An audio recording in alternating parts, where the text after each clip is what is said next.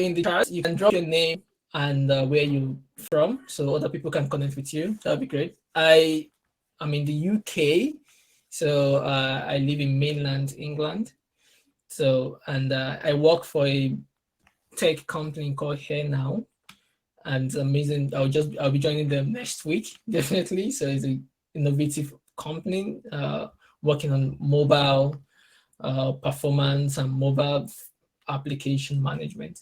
So you can drop what you're currently doing, your name, if you don't mind. You can drop it in the chat so that other people can learn about you. And I think what I also like to say to people is that the best resources that you will ever have in your journey into technology are people. So the people in this call with you right now, the network you're going to make, those are the things that are going to be the greatest asset that you're going to have on your journey into tech. So thank you very much for coming. I like to appreciate everyone that attend my session. So I will say again, thank you very much. If you're not here, so this won't be happening. So it's good to appreciate people for creating time. So to show up to learn. That's great. I can see you, JC, from the United States. That's great. Amazing. That's great. So let the networking begins in the chat. Follow people or each other off on LinkedIn. It's amazing. Those are the network that you're going to grow with and they're going to expand. You can never tell. A startup can start up from here and then you can build the next big thing. Okay, good. Thank you for coming, everyone. So let's go. I've given a little bit background about me. So as I said, my name is Peter Ayeni. So on LinkedIn, I'm Peter Ayeni. I love helping people get started in technology. And also I love social entrepreneurship. So, and because I made a bet on tech about 15 years ago. So in Nigeria then, when technology wasn't something that a lot of people are excited about. So, and a lot of people think like, what are you doing with your life? And literally I would say that I didn't even have a degree straight out of high school. I just felt like this technology thing is going to change the world. And I started doing it. So even not really knowing everything I was doing, more like try and error, teaching myself. Internet and everything was really expensive. I went through a lot to be able to like become what I am. I'm still going to share more about the story a little bit later. So, but about me, just like I love. I don't want to see other people go through the difficult time I had breaking into technology, and also social entrepreneurship. So that's why I do this. So to kick off the conversation, what exactly is tech in the first place? Now we're talking about tech, technology, and all of these things. What is it about? So technology in itself, it's not just about it's not just peculiar to computers. Technology can be anything. Like before the invention of like mechanized farming that we have today, one of the earliest innovations comes in agriculture. People start using tools to be able to cultivate better. And this is what technology is. So technology is anything you can use to make a process become better. And that's technology. So I like this Wikipedia definition. Wikipedia is amazing. You should. I spend times on Wikipedia just learning new things. So, and the definition for technology is the sum of techniques, skills, methods, and processes used in the production of goods and services in the accomplishment of objective. It could be scientific investigation. Technology can be knowledge of techniques, processes, and things like that. So technology is about process, it's about techniques, it's about finding new ways to solve problems. So that's what technology is all about. So, but it's just like in this conversation, we are talking about technology in terms of information technology. You understand? So our information technology itself means that it's the use of computers to store, retrieve, transmit, and manipulate data. So this is some of the things we've come across in maybe computer science class. If you don't do computer science at all, maybe high school, data or IT classes. We talked about data and information technology. So what is there is about to know is that information technology is about using computers to get data, to retrieve it, to store it, to transmit it, to manipulate that data to give us what we want to solve new problems. You understand? We take 2 plus 2 together to form 3, or to form 2. We take 2 divided by this to form new things. So arranging things in different ways. So using computer. So that's what information technology is. So now there is something I really want to talk about that a lot of beginners have high time understanding. So the reason why I want to do this, like I've had a lot of questions of people saying, do I need to be a computer scientist? Do I need to have a CS degree? Because these are like common denominator questions everyone that wants to break into tech ask. So, and I would like to give some insight into this. You see, computer science itself, from this definition, it will give you clarification of what computer science is about. You say computer science is a study of computation, automation, and information, right? So computer science itself spans theoretical discipline to practical discipline. So computer science is generally considered an area of academic research distinct from computer programming. So the distinct here is something that I want us to put into heart. You see, you don't have to be a computer scientist to solve problems using computers or to create things using computers. Steve Jobs is not even a computer scientist at all. He only took a design class in calligraphy. You understand? So you don't need to be a computer scientist. We need computer scientists. They are amazing people. They are the genius that give us computers and amazing algorithms. You don't even know you don't need to know the details of all of these things. Just like this, imagine we have expert drivers that drive cars. Most of them don't even know how a car is made. The implementation details is left with the mechanical engineers and everyone that comes together to build the car. But what we are doing is using that car to solve a problem. You understand? So a driver doesn't need to know how the throttle works, how the this. It just needs if I press this, this works. If I do this, this works. So that is the distinction between people working in the tech sector, creating things, solving problems, and the computer scientists behind the scene, researching and getting algorithms and making computers faster. So don't think about all of those implementation details. Things at the high level, and I'm going to discuss this more in details because a lot of beginners, we get thrown off guard from this particular moment. Oh my God, all these algorithms, all of these things, how would I put them? How would I know them? No, you don't need to understand how they were made. You just need to understand how it's implemented. So, and there is where software engineering comes into place. So software engineering is an approach of software development of systematic application. So a software engineer is a person who applies the principles of software engineering to design, develop, maintain, test, and evaluate computer software. So what you are doing as a software engineer is taking all of these hard works that computer scientists have done, these programming languages they have built, these frameworks they've done, these tools, and then combining them in the artistic form, using all of these engineering principles to solve new problems. And that is exactly what you're going to be doing.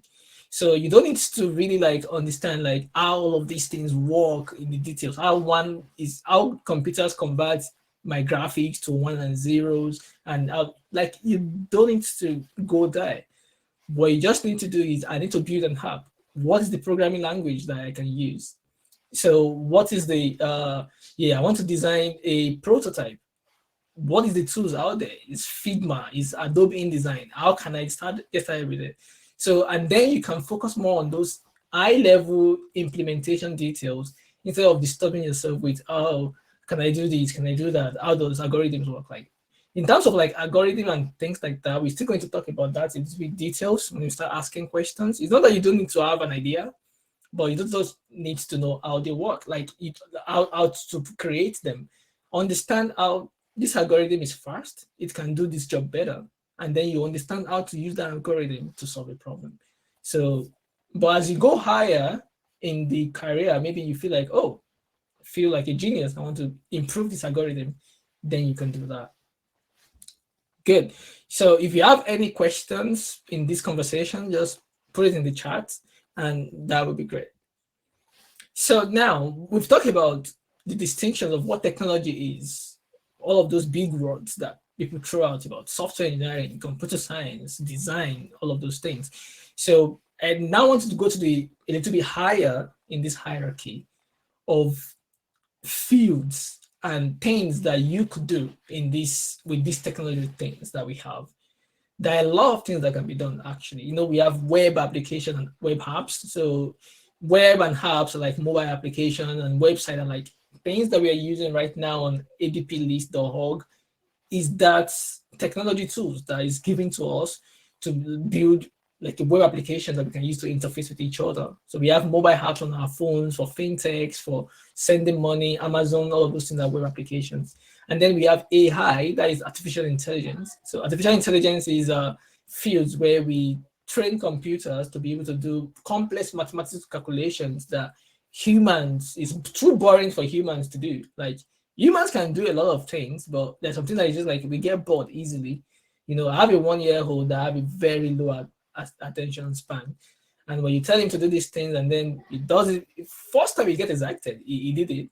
And then 30 minutes after, I'm like, Dad, I'm bored. So that's exactly how humans are. So that's a distinction between us and machines. Machines don't get bored. So they're like, just give them numbers and they just keep on doing it repetitively. So, and that is AI. So, and then we have design. So everything we see around us, graphics, mobile app design, UI design, any kind of design entirely can be done. Even architecture, car design, movies, and all of those things. So the aspect in design is really huge depending on what you want to do.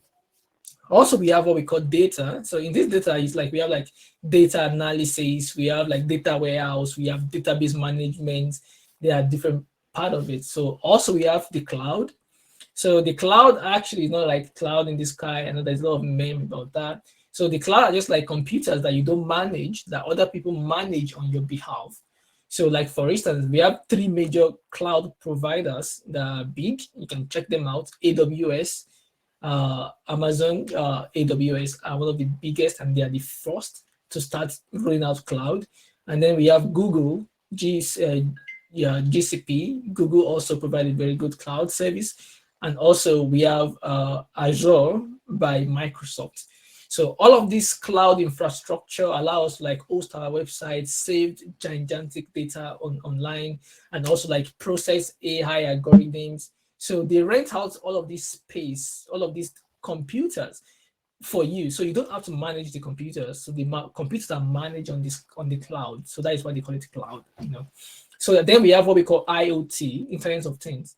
So Internet of Things are like series, like your smart house, your smart bulb, your smart refrigerators. We have drones. So all of those things are Internet of Things. Things like hardware that you can configure to do things in a different ways. You can see people using drones to display fireworks and exciting things.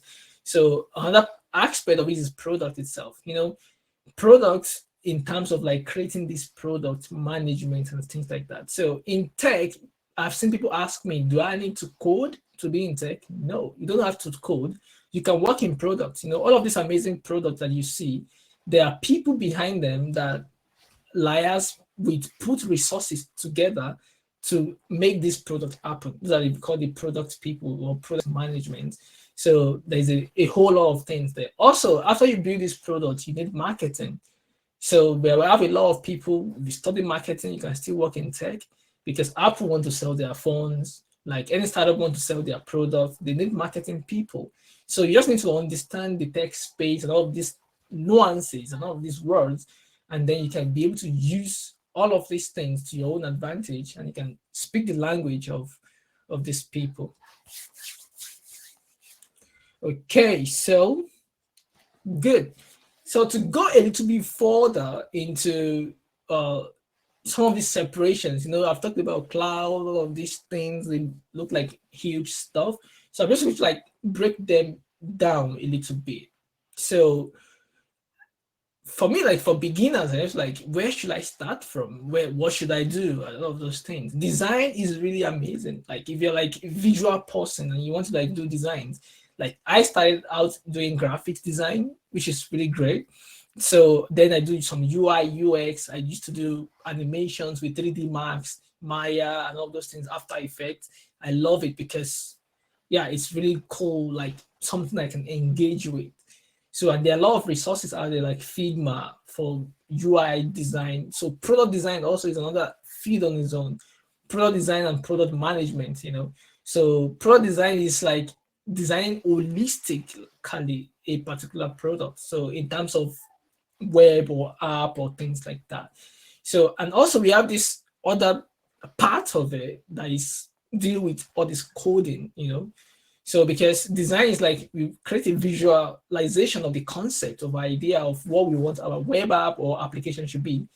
And then the software engineers or the coder and the people that like translate this design into code, what computer can interpret and what user can interact with.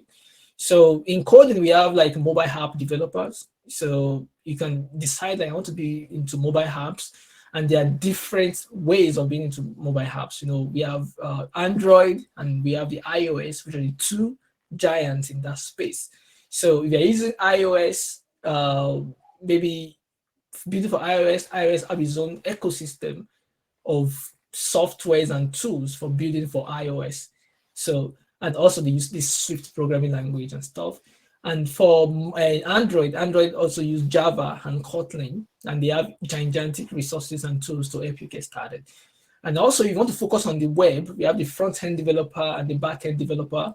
So then you could like go into like maybe Python, maybe Ruby on Rails, maybe PHP, MySQL, maybe JavaScript, and use Node. So those are the distinctions. So the thing is that in technology, there is always something for everyone. So if you're a visual person, like dexterity and stuff like that, design.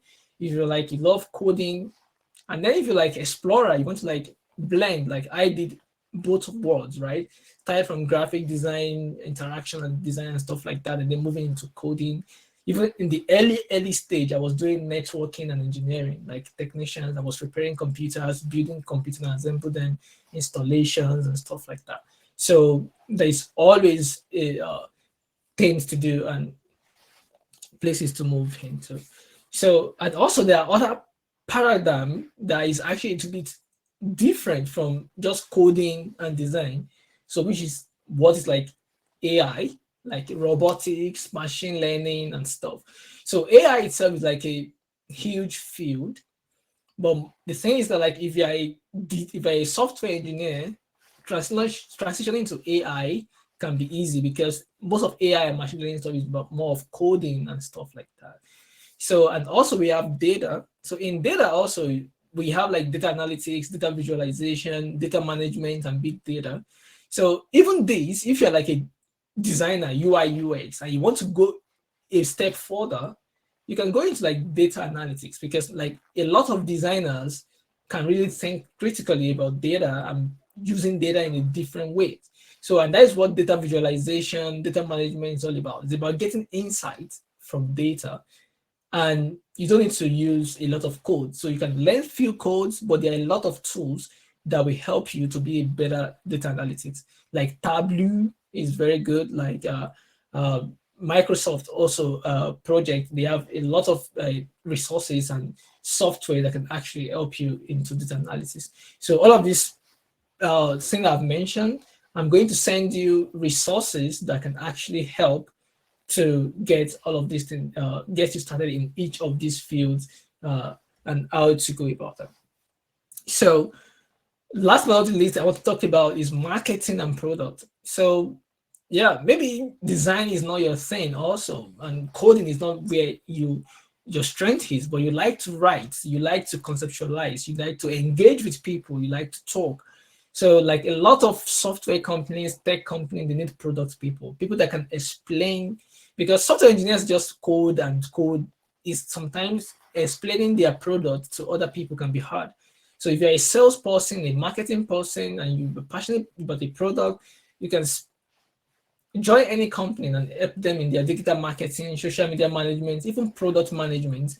So you don't need to be able to code. You just need to be able to organize. Like you organize things, you can make things happen, and a lot of these roles are open up in the tech space. So another job opportunity and space is in IoT and cloud. So I talked about drone, hardware designs, cloud computing, maybe learning AWS, Azure, and Google Cloud. So all of these resources sometimes is not like code intensive. So just for you to be able to like, okay, go to AWS, like getting started. What can I do? They have a simple course that you get like fundamental course. Each of them have a fundamental course, and they are absolutely free on AWS, Azure, or Google, and cloud computing. So, and the advantage of cloud computing is that you can work remotely from anywhere, because just like you organizing and delegating resources and helping organization with their infrastructures and stuff like that. So with minimal coding, but just have a little bit understanding. Like there are people that like start as a software engineer, but they don't want to be coding actively anymore. They can just like move into cloud, and that will help them. Okay, so we've been talking about a lot of these code things and a lot of this stuff, and a lot of people like, this is too much. You have to be genius. Is it for me? Can I do this or not? You know, that is where we started having this code fit. Yeah, like I have a lot of people. It happens to me also. Like I will be buying new tutorials. I'll be on YouTube. I'll be reading new articles. I'll be like, am I ready enough? Like, do I know enough to even apply for a job? Am I sure of myself? Like that stage is something that you will always be all the time. Like you can't be so sure. Do do I know what I'm doing? Am I learning like every other person? Am I lying to people I know about codes? Or can I even do these things? All of these scribbling words on the screens, what does it mean? So, can you help us mute, please?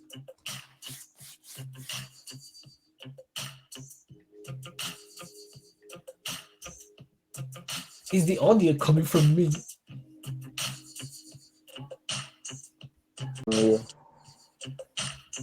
Uh, where is the audio coming from?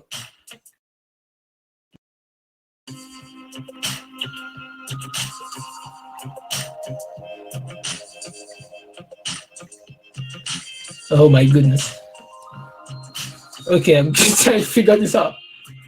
It's from me. Oh my goodness. Okay, just give me.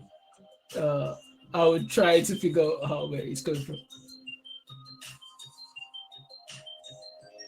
I don't need a background music. This is so funny. Okay.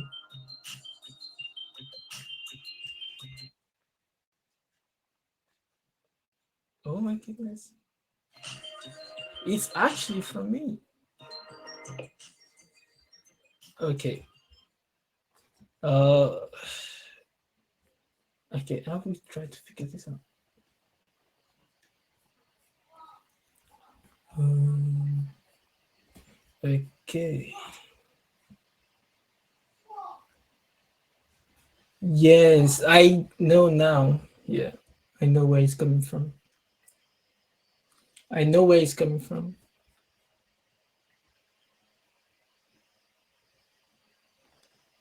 Okay.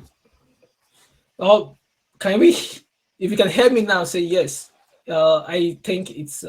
Can you hear me? Yeah, we can Good, hear good, you. And we good, can see good, your good, screen. good. I'm so sorry because yeah. So before this, I was We in can hear a you. GraphQL. Yeah, thank you. So I was in a GraphQL work.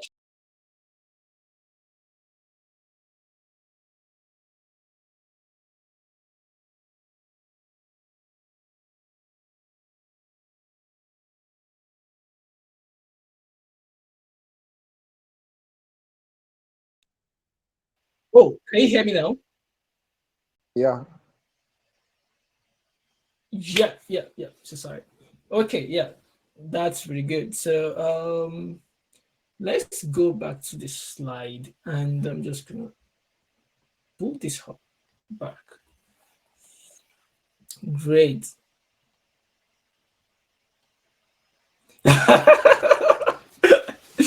Yeah, don't worry. I will quickly show you my desktop a little bit before we go, so you see. It's typical sometimes to have a lot of tabs open.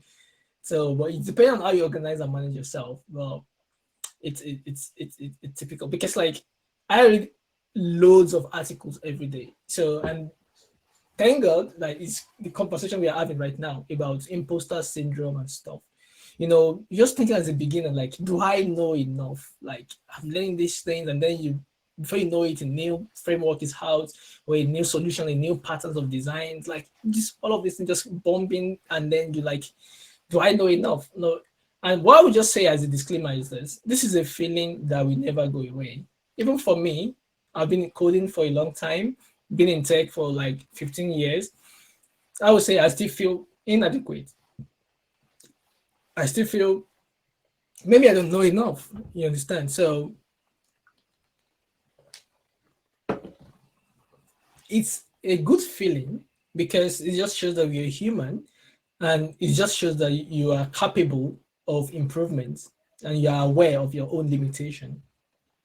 So, but then is that you don't want to stick into that place too much. So this is what this conversation is about. This conversation is about taking you out of that place so you can know that you were fine. So there is this TV movie that I love a lot. It's about this rat, Ratatouille. I think some of you have seen that movie. So it's about a chef that is really, really amazing. And so he believed that anyone can, he has this cookbook that he made and believe that he can teach other people how to cook. And he believed that anyone can do it. And there's this villain kind of chef that doesn't, he believe that cooking is this elitist kind of thing and not everyone can do it. So just like a toggle between both of them.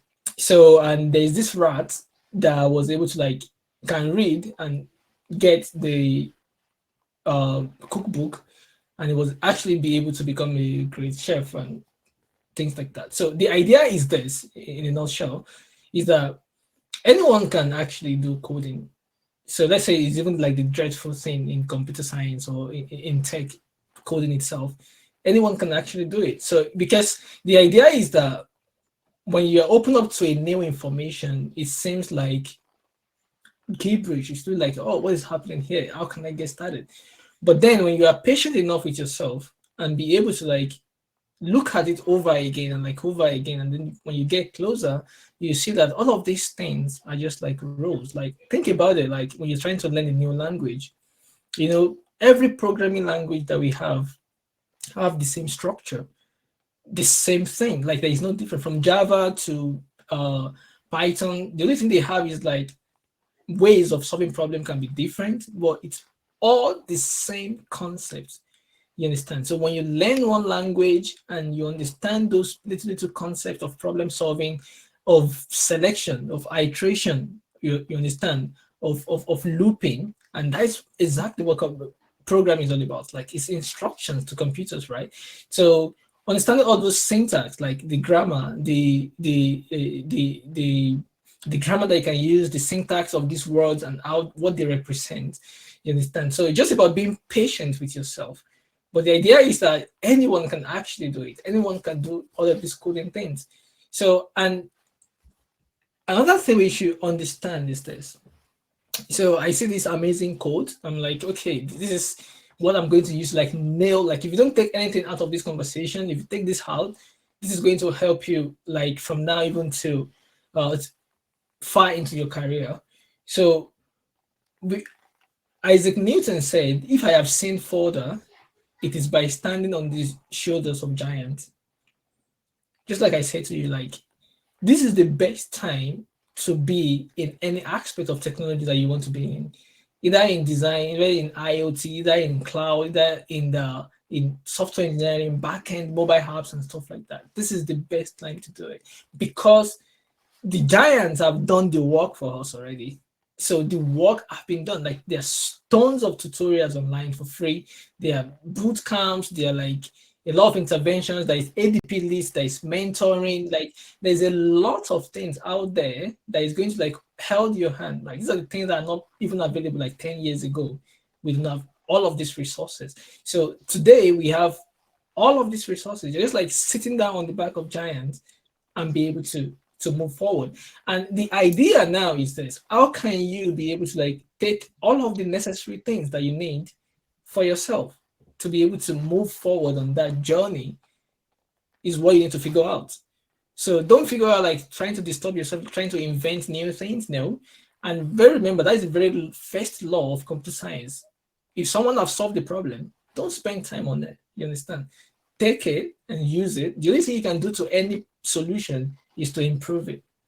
You understand? Don't invent the wheels, is the lingua franca we normally say. You understand? So, and always, always, always be standing and using, leveraging all of those giants that have gone before us, that they have done all of these amazing works, and then take advantage of them. You understand? And while Pascal was asking me about all of those tabs that are open, is there like that for a software engineer? Definitely it is, because what we do basically is like there are tons of programming language, HTML, CSS, Node.js. The APIs of Node.js alone is ginormous. I can't put everything in my head, so that's why we use reference. Google is your friend. I'm going to talk more about this later. You understand? So I also write articles. I write a lot. So I'm going to talk about all of those things again that are going to like cement this conversation that we're having. So my journey into tech, I don't want to dwell into this much, but I think during question and answering session, I can go a little bit into that so that I don't bore you too much.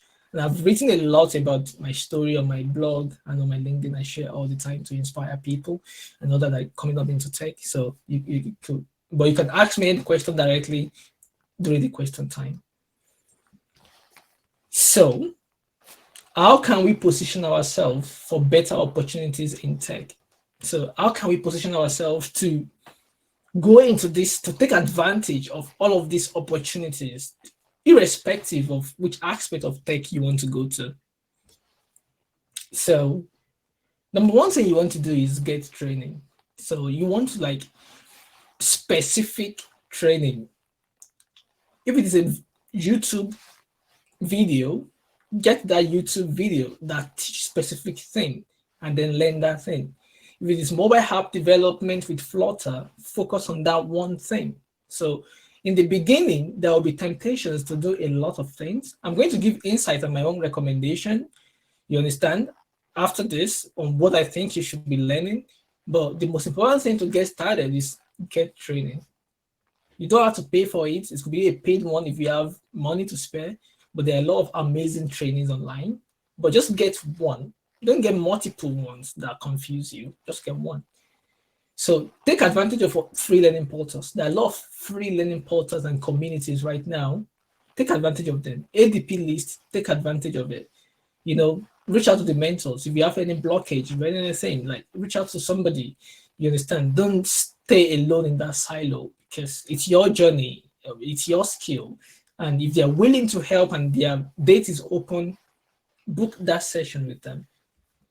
So the three giant companies right now, Google and Microsoft and Apple, all of them have tons of resources and they have what we call this developer platform. Google also have design for designs, for IoT, for cloud. AWS also have all of these platforms, just a Google away. And you can get a lot of resources. Even Google also now have certification programs for free, you understand, and which can actually also get you hired in Google with those certifications. So now, the next thing is learning. I said get training, then I said learn. You know, getting training doesn't mean that someone is learning. You could be taking in a lot of information. You understand? So there are two different things. There are people that get training. You understand? There are people that get trainings, but they are not really learning because they're just like there, maybe for the certificate, maybe because other people are doing it, so they're not really learning anything. So if you get training, you need to learn. Like you need to, it's not about the long hours you spend trying to learn JavaScript. It's about the conscious efforts you make to understand how do I make authentication in JavaScript? How do I make people log in? It can be as simple as that. Or how can I create a form using HTML? How can I create a landing page using just HTML? You understand? How can I add image to a web page? How can I set up my GitHub account? Like all those specific learnings, and then you practice them. You understand? So learning is actually the application of training, because training is like they give you all this information. Learning is like transforming them into skills that you can use to solve peculiar problems.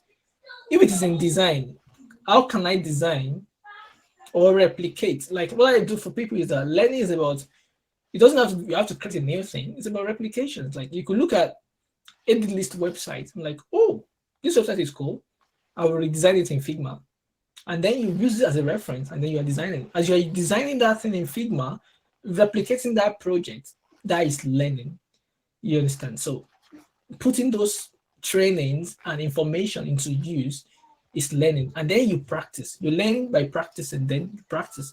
So maybe when you finish the ADPList website, like, oh, I was able to do this in Figma. You make some mistakes, you get it better, you get someone to review your design, they point you to things you can do better, and then you do it for Twitter, you do it for Facebook, you do it, you see any websites you have come to your mind, you do them. And as you practice that, then maybe new ideas will like come to your head, like, okay, login page on Twitter is like this. Maybe if I do it this way, it will be better, it will be more efficient.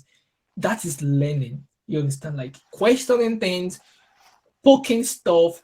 The beautiful thing, what I join computer is that you can't destroy it. Like it's malleable.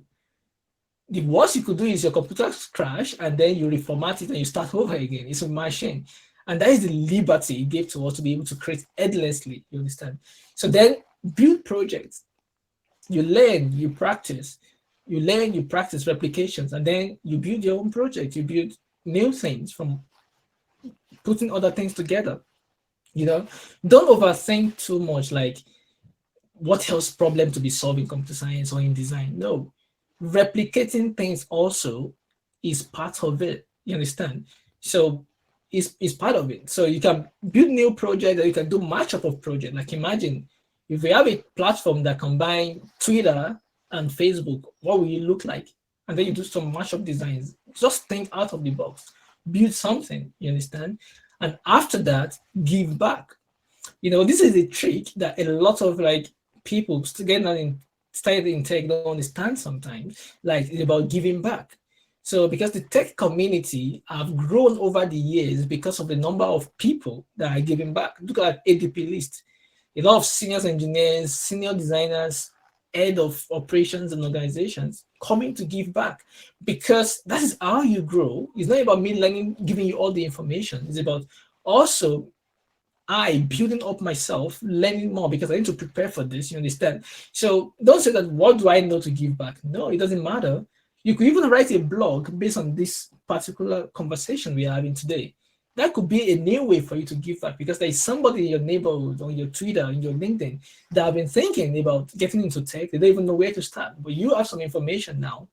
So you could share with them, like, this is what I learned, this is what I understand, and in your own ways. And then you create a conversation, and that conversation, those people will appreciate it, and then you can use that as a fuel to become better. You understand? And that is the trigger, that's the trick, because you just need something to keep you going, to do what? To learn, to practice, to build, to give back, to learn, to practice, to build, to give back. And then before you know it, someone like in Facebook, on Google, like, oh, Simeon, we see what you wrote about this article, about this, we love it. Are you open for your job? It's not about just like applying for job, like that. Like, no, it's about being proactive in your approach. Like, let people see that you love what you're doing and you embody it. You understand? And that's it.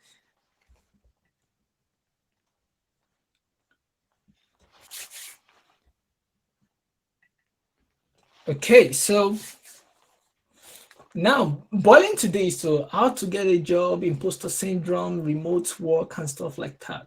So all of these building blocks in place, I used to tell to people there is no right or wrong time to start applying to job as a software engineer or anyone in tech. I'll give you a simple story. So when I was working with Udacity, so I have this student that I learning, like he have no idea about tech. He have simple idea about tech and coding. So and he told me that Peter, I got a job. I'm like, you just enroll and you have a job already. He said the organization actually gave me the opportunity to go learn React. And after learning React, I can come join them as a junior software engineer, React. And then they're still going to reimburse me my training money after I finished. And then I can start working with them immediately I'm done, working with other engineers in the organization. I'm like, wow, that's impressive. And that is what is happening. Like a lot of organization, like anyone can code, like coding and all these things. Even now we have robots that are coding. So don't think that the only thing that the organization needs from you is your coding skills. No, they need your commitment. They need your humanity. They need your sense of humor. They need your interaction. They need your communication. They need your leadership skills. They need your management skills. They need your empathy. So a lot of us in tech, we think so much about how skillful we are. If it is just about skill, I won't be like, I won't, there is no way I would have increased my salary about 150% in 2 years. You understand? That's really huge, like in 2 years. So the thing is that it's not just about companies are not looking for robots, they're looking for human beings to work with. And for you to be able to demonstrate that you are likable, you can work with people, team collaboration and things like that, you need to show it, you understand? So by community engagement, by writing and by sharing your knowledge, by sharing your passion. And also I want to like drive into people that are like you're already working, you're a professional right now, and you want to move into tech space. Like look at, okay, in your profession, for instance, I was talking to someone, she is an architect. So now he's a software engineer. I'm like, there are lots of architecture companies that are building softwares for architects like them. So these are the organizations you want to target. If you work in NGO or in the health sector, or you are a nurse or you're a doctor, and then you want to get into tech and apply to job in health tech, because that gives you a hedge above anyone else. So for instance, if you apply to a health tech organization and you study medicine and you're a software engineer, and someone out of university study computer science also vie for the job, who do you think they're going to take? They're going to pick the person that have the background in the field and allow you to work because you're coming with knowledge that someone that just can crunch code doesn't have. You understand? So don't see yourself when you are selling yourself to tech company as just like assets for crunching codes. No, tell them every other thing you can bring to the table. You understand? And those are the things that will stand you out. You understand? And that is what you need to do to break into tech, to get a job. Imposter syndrome will always be there. Don't think you're going to know all of the programming language in the world. No. What you just need to know is enough to get the job done. And that is what a lot of organizations required from you. And mostly you're going to be trained. Also, many organizations will be happily to invest in you when they see that you're an asset to them and you're going to like contribute so much and you're willing to learn, you're willing to give feedback, you're willing to improve the organization, because that's what they want. People want people that can work together with them to improve their organization. So as you are investing yourself in them, they also will definitely invest with you. And also you're going to meet other engineers there that are willing to teach you. You understand? So don't think it's because you're getting a no just because you can code. No, it's not enough. I've most of the jobs I've got recently, like they're not they won't actually be asking you about this algorithm question and stuff like that. Yeah, there's some organizations that do that just like because to tarry some other people. But the thing is that it depends on how you present yourself. So what the trick I tell beginners is that when you're applying for job, don't position yourself so that they can be able to like giving you algorithm questions all the time. Like sometimes if you have projects you have built, you have interesting articles you've written, put them in your profiles. So when they see them, they're like, oh, you wrote about this thing. Oh, that's really good. Or like they see this project that you built And then the points of conversation into your interview will be more of your project, less of algorithm solving and stuff like that. Because algorithm solving is good, but the thing is that questions can come from anywhere, and then some people can panic in terms of like instant coding and stuff like that.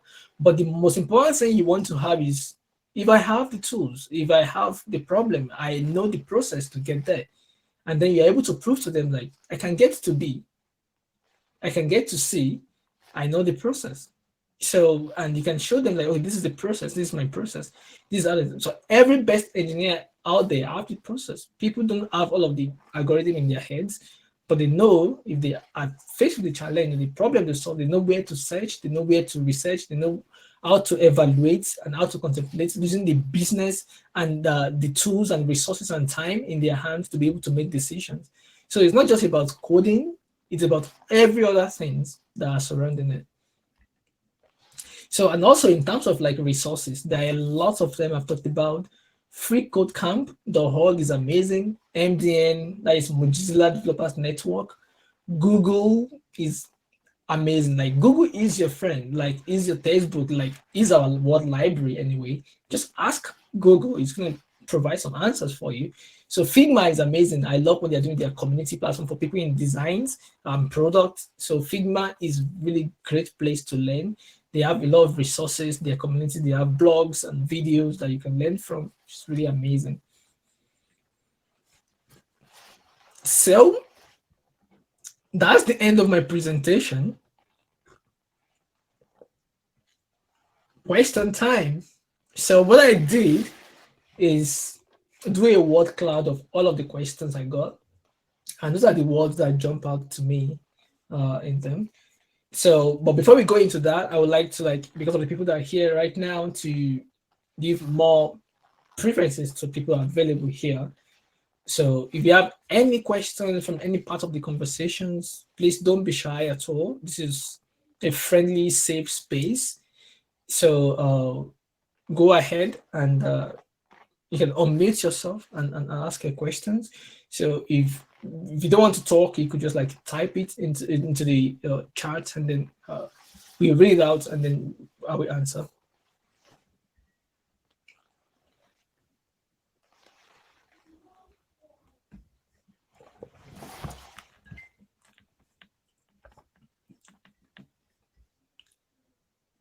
Are we shy of asking questions? Am I scary? Or you want to see my face? I'm not scary. Okay, Yeah, I think I want to ask you okay. a question. Someone else. Yeah, my name is Wale Lawale, to be precise. My question actually is, yeah, for like, I think I sent this in the form actually, but I just want to ask it again. Like, Okay, go ahead. how does one know the tools and languages to learn? Like currently, I'm a front-end developer, although I'm working in a company at the moment, but like it's kind of overwhelming. There are a lot of tools. At some point, I started learning Node. At some point, I dropped it. I took Flutter, took Vue.js. Like it's very confusing. Like how does one know the right tool and the right language to learn as you are trying to progress in your career? Okay, that's the really good. question. All right, so I think that's a good question, and I think this will also help some other people. So one thing you want to look out for is like a lot of people ask this question: what should I be learning? What should I be focusing on? So as a front-end engineer already, that you want to progress in your career. So what you want to look at is that, okay, what is my career progression? What do I want to be? What do I want to be doing in my course of work? You understand? So now, for me, I think that the most basic tool for you to know really well as a front-end engineer and to be able to succeed is, number one, your JavaScript. Very, very, very important. JavaScript is a language that is very versatile, and I'm going to say this for the benefit of every other person that are breaking into tech, or you want to start your hands in coding. I've had people that say that, okay, should I start with Web3, this blockchain technology and stuff like that. So my recommendation is this: when you're starting into coding, learn web development. Why do I say that? Learning web is very, very easy, and I'm going to do some demonstration very quickly. before we go, like a very short workshop on how to get started tomorrow in web. So why I said web is this: web is very accessible, easy to learn. All the resources you need to learn to be coding on the web is there. What you need is just this browser I'm using to talk to you right now. You need a code editor, and then you need to learn HTML, CSS, and JavaScript. So those are the three things you need to start developing on the web immediately. So every other aspect of technology have a very expensive entry rate. You understand? So that's the reason why I said to people that start with the web. So when you understand the web, and then you can start to go a little bit deeper, maybe backend, maybe you want to focus on front end, or maybe you want to go into mobile app development. And then JavaScript is a very versatile language that I think everyone on the web should know, because JavaScript can do AI, can do machine learning, can do data science, can do backend, can do mobile apps, can do desktop application, can do Internet of Things. Even when you are programming for Meta, blockchain, JavaScript can do all of these things. So JavaScript is a very interesting language, and I'm going to show you resources to learn it today.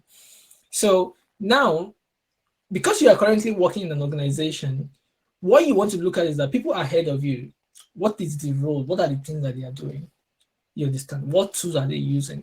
So for a front-end engineers, I will assume, I don't know what technology your organization is using, but I will say that you should learn React. Because if you look at the ecosystem right now and the way React is growing, it's really far, it's really amazing. So now what I do from my own personal experience is this. I know React. I'm always up to date. I've been using it for the past 4 years. I do Node. I do backend development, and I do cloud. I use AWS cloud and API stuff. I also do GraphQL and all of those things. So I focus on the tools of my job in what is paying my salary, and then I take tab on other technologies that are coming up. I don't spend my life spending them, learning them. I just take tab on them. Like for instance, Remix just came out. It's amazing. I've been following Remix since day one, because the co-founders are people that have bought their courses, and they're like a lot of great friends in the ecosystem, that you're learning from, and they're amazing people. So now I keep tab on that technology. I'm not using it at my job already, but you don't want to be too far behind. So you want to keep tab on that. And also, Svelte for front-end development is amazing. A lot of rage about it. I don't code with Svelte. I just keep on tab. I just check their documentation. How does it work? What is the difference between Svelte and Svelte and other programming language? Understand? Web3, I'm not coding for Web3, but I'm keeping tab. I'm in Discord channels of people that discuss about Web3. I'm just keeping tab on what they are doing, what they're saying, the latest frameworks in there and everything. So I don't spend my time focusing on what I'm not focusing on. So now, if there comes a time, maybe at my company, like, okay, Peter, we are trying to integrate blockchain into our software. I'm like, okay, good, interesting. I've been looking into it. I've been checking it out. I think these are the things and this and that. And then I spend 2 weeks or 3 weeks, learn that technology, and then I start building. In my place of work, we started building mobile applications. I've been building web app for a while. 2 weeks, I just get into mobile app and I started building it. So if you have all of the fundamental skills, learning all of these things won't take you time. So don't spend your time trying to learn everything. Just keep a tab on them, read their news, follow them on Twitter, see what all the short summaries. You can join the Discord. Don't be invested into it, but be invested in what you are using right now, and that is paying your bills, or that you need to get better at the moment. Okay, so Kelvin, for people that you don't want to get a job, like you just want to build a platform, like I've seen a lot of people have interest in like maybe like writing, or you want to start a tech company and stuff like that. What I would say to you is that learn JavaScript. Like with JavaScript, the world is your oyster. Like you can build anything, because JavaScript gives you the ability to be able to like build both backend and front end, and with the amazing ecosystem, and also even building mobile apps with React Native, building desktop app with Electron. It's really amazing what you can actually do with JavaScript. You understand? And also what you want to do is that because if you're building a company as a startup, you want to lean more on using tools like Firebase, or AWS. You understand? So like I've worked in a startup that all of our backend infrastructure is built on AWS. And then you don't have to build any backend code. You just write your front end code that consumes all those backend. You understand? So, and it just makes your life a little bit more easier. I hope that answered that questions. And also for people who want to like start writing, like it's you don't really need to be in tech for the coding. Like you can be a technical writer. We have people who are like developers advocates. There are a lot of things like that. Like you just learn a little bit about technology and you can teach other people. So there are people like that. Like you are learning technology to be able to transfer knowledge to others. Not that you can build something yourself or you want to work for people. No. So there are people like that. So if you have strength in education, so you could just learn React, understand the fundamentals, and then you can use that knowledge to teach other people, write articles. And there are a lot of organizations that pay handsomely well for, even I write for Auth0 as a freelance writer. They pay up to $500 per article. You understand? So it's really amazing. Any other question? Let's ask questions. Let's ask questions.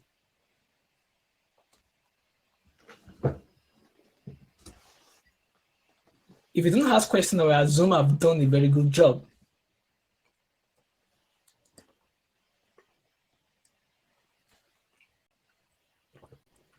Okay. Hello, Mr. Peter. Can you hear me? Yeah, go ahead, Nana. Okay, so my question is, I'm also a front-end developer right now. I'm learning, and as time goes on, I'm honing my skills. But my question is, how do I get entry jobs? And how do I document my journey on LinkedIn so that I will lay all languages also get offers from people who need entry clients? Thank you. All right, so that's great. So I'm just going to like answer all of these questions together. Like getting an entry job, I think I've already I've already said this before in a lot of this conversation we've had today about different strategy in like getting job. So there are a lot of people, there are a lot of juniors out there. So getting job, your step out of the door is about networking, and networking is just about like, I know people say networking casually. I'm like, how do I do this networking? So it's all about interaction. It all starts with a knock. So there's a book I just read recently, Jamal, he said that you need to be around something you want to become. You understand? This is not like me trying to like give you motivation bullshit. No, I'm just trying to say that it can be hard, it can be difficult, but you just need to continue to knock that door. You understand? So you just need to continue to knock that door. So, and you don't want to be like an annoyance to people. Like people are busy on LinkedIn. You don't want to go there and like, hello, every 10 minutes and bug them. No, you understand? You want to do a smart networking. You understand? You want to have interest in those people, in those organizations you want to work for. You understand? So if you highlight like, okay, I have 5 organizations that I think fit my interest of what I want. You know, like most of the times we also don't define what you really want or what kind of the organization you want to work for is. Because if you don't have that definition, it's very difficult to make that connection. Working with the organization is like speed dating, right? It's like dating. So organization have to fit you, and then you have to fit them also, and then you guys match. You understand? So what you want to do is your ability to be able to like build that connection with those people in that organization. Look at what they are talking about. What's the organization is about? Like friendliness. It's not about I have to get this job or I die. No, it's about learning from them, like interest in what they're doing. Like, oh, they organize conference, you attend the conference. You understand? It's like they wrote articles. You comment on the articles and then you contribute something to it. It's about they have a website and they have an open source project. You help them in editing typo in their documentation. You know, all of these little things go a long way to help and put you in the mind of people. You understand? So you want to take yourself off just sending applications to random people like everybody else does. No, you want to build those relationships gradually as you're learning. You want to document your story. Like documenting your story is all about sharing little things that you learn. You don't know how much it will mean to other people, because a lot of organizations, I'm telling you that hiring right now is there is a lot of shortage of web developers. I'm telling you, both have in every aspect. So the opportunities are there. Most organizations, if you go to their website today, they are still hiring. You understand? But are there enough people to fit into those roles? Are there people to fit into those roles? Do we just have like coding monkeys that just like no? They want people that fit into the culture of the organizations. You know, there are a lot of things that is there. It's not just about coding enough. Every organization have their organization culture. They have their values. Do you align with it? So all this research you want to do, and then you consciously apply to an organization based on that. You understand? You don't just like apply to every organization. You look at what organization fits that value that you have, that fit that culture, so that when you are in that interview, you are able to have conversation with the organization. They know that, oh, this person fits our organization culture. Even if you don't have the skills, they can like, okay, we take him and then we can train him. You know, a lot of people will do that. So, like, Ridwan's talking about advice on how to stick to a particular tech stack. I'll just stick to it. If you are learning JavaScript, just stick to JavaScript. You know, so just stick to JavaScript. And when you know what your audience around JavaScript, then you can start learning other things. You understand? So, like JavaScript have a lot of things. Like if front end, you want to focus on learn things in direction of that front end. If it's back end, learn things in direction of back end. If it is full stack, then people as a full stack, you have to be like 3-4 years into the stuff to become a full stack. So, but always start with one stack. Like start with front end. If it's back end, you want to start with back end. If it's design, you want to start with design. If you just start with one thing, be good at it, and then start adding other things to it. So, I could just say that one of the major challenges faced by beginners in tech is networking. How one builds connection and network is senior techies. So that's exactly what I'm saying. Like, I also have that issues when I was started. I reached out to a lot of senior techies and they turn me down. A lot of them claim that they are busy and stuff like that. So I don't get mad because of that. You understand? I gradually, slowly, it takes me some time. Like if I've gotten advice, I can move faster. So that's the reason why we are doing this right now. And that is why ADPList exists, to bring more seniors to be able to have conversation. You understand? So I think the idea is that sometimes you can learn from people without even having one-on-one with them. Like for me, there is Matthew of Nearform. He's someone that I'm learning from like closely, even though I've not even had a conversation with him one-on-one. So what I do is I subscribe to his newsletter. I follow him on Twitter, on LinkedIn. I read his articles. It was in a conference that I was attending that was playing the background music. I was at that conference also because he was there. You understand? That is the thing. That's how you build, like you can learn from people from afar.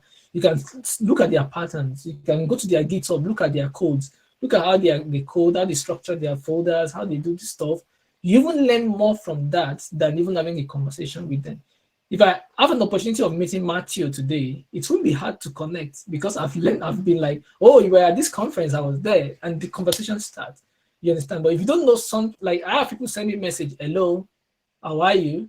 Like, like I'm not bored on LinkedIn that I will start like, hello, how are you? Like, people don't just like, sometimes like most of these seniors that even make themselves available, they are very busy. Like sometimes they have problem that is hard that it's trying to solve, and you're just like bugging them, like, and if you've done that, they see you as a turn off. So I haven't had a lot of some seniors that will even like, I have some seniors that I've sent LinkedIn connection with, and for more than 2-3 years, they never respond to my request. You understand? So, and it's like that. I don't blame them for doing that. So, but different people, different things, you understand? So, but what you want to do is be polite, you understand? If somebody is not really like opening up for you, learn from them in different ways. Learn from their code, learn from their articles, follow them up, interact with their comments. This person that I've been following for a very long time, Chris Du. Chris Du is an amazing designer. So, because I didn't go to a design school, so most of my design work and everything I learned from the future on their free videos online. So that is where I learned from color management, layout, a lot of things I learned from that. You understand? So, and Chris Doyle, someone I've been following for a long time. He's a big shot. I've never DM him before. You understand? But I just like follow him on Instagram and comment and everything. And is it late last year, Chris Do followed me back on LinkedIn. You understand? Because we just have one interaction and things like that, and those like that. So, and that's it. And that connection have been built already. So don't take offense to it. Just be patient with yourself. Don't overbug them. You understand? And learn from distance also. If they wrote book, buy their books. I have some seniors right now that even yesterday, I didn't need to buy that book, but it's someone that I love his work and what he's doing in the React economy. And he launched a course on Udemy. It's about £9 or something. I just bought it immediately. So it's not that I would need the course of now, but it's like support. Like I've bought a lot of courses from other seniors, not because I need that course, but it's the kind of support and gesture also, you understand, to support what they're doing. And that can open doors to you. So if I meet him now, he's in Germany, maybe I was in Berlin, and we meet him somewhere, I'm like, oh, I bought this your course, and I'm like, that's give you access immediately, you understand? So you need to be just like, be smart in your approach to these seniors. Okay, so I think I can go. yeah, go ahead. Sure. All right, awesome. I really love the session. My name is Davis Mune from Kenya. I have a two-part question. One is gonna sound really dumb, but I'm just okay. So I think of code in terms of like I'm renting a house and I rarely see the people who constructed it coming. So what do software engineers do on a daily basis? Does the code crash daily? So what's kind of the flow? And again, I know you mentioned about learning, but how do you kind of build upon the basics? Like what I found out is I will learn something like JavaScript, and then once I get into React and state and everything, I kind of forget CSS. Okay. So how do you kind of build on that? Yeah, thanks. Good. So like I said before, I want to show my computer, my desktop. So I'm going to do that now quickly. So I'm just going to switch this off, and I will send this. So yeah. So typically, like a lot of people like, okay, how do you computer science people, what's your day like? How do you do these things? What is like a lot of questions I've been asked, you know. So I'll just like give you like a typical concept of what is the workflow like getting from a problem to a solution, you know. How do we get there? What is the process like creating something? Like I'm going to forget a lot of stuff. How much do I need to put in my brain, in my head? Do I have to be this? Yeah, so okay, so I'm sharing my tab right now. So I would need to stop this and share the whole. I need to share the. Okay, just give me a minute. I need to share the whole screen so that it wasn't working earlier on. I think. This is not good. Okay, let me see. Window.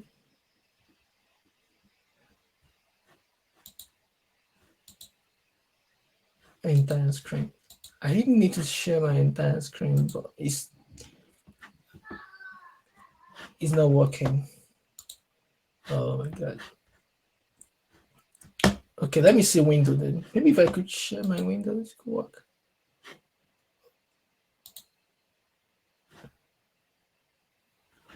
Okay. Okay, so can you see this window, right? Yes. Okay, good. So it's a shame that I can't actually I can only show my windows. I can't share the whole screen. I don't know why I wasn't working on this. So okay, so I don't want to show this. Okay. Now, I'll just show this a little bit so quickly. So how do we get to you have this problem you want to solve, and from that problem you want to solve to actually getting it into code. You understand? So, and I'll just give you a little bit process that I do every day to get these things done. So now, before something is being coded in any way, most importantly, what you want to do is that, okay, how can we, there's a questions, or we call it a story. We want a user to be able to log in, you understand, into our web application. So, and if they need to log in, what do they need to be able to log in? We need a page, and then we need this username, and we need this password, and then we need this button.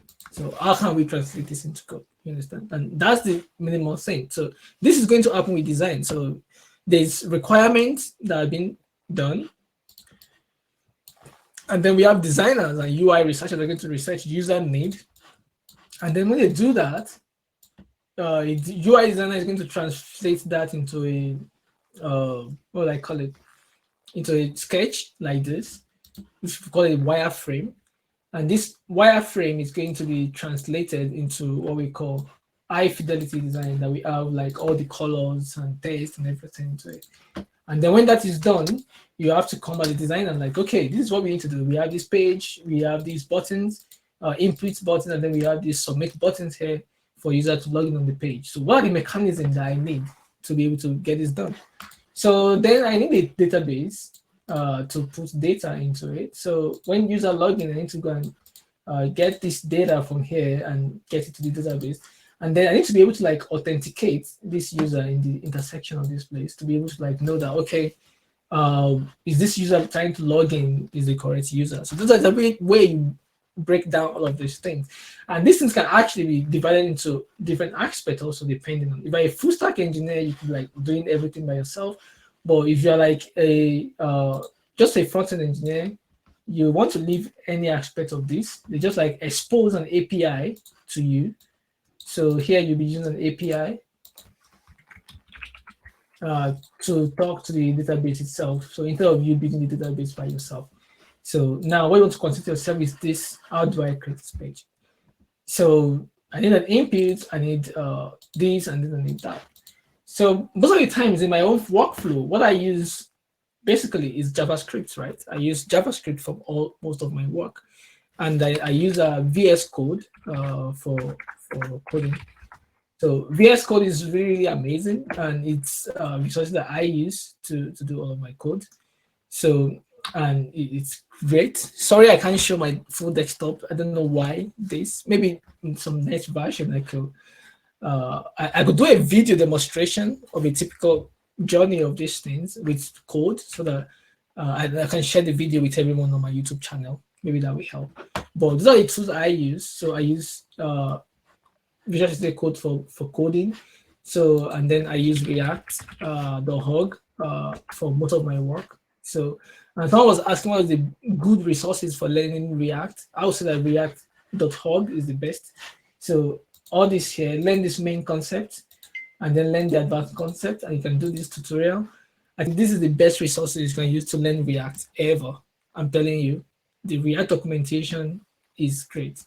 So if you finish the React documentation and then you want to go a little bit further, I will recommend you use React 2025, I think. React 2025.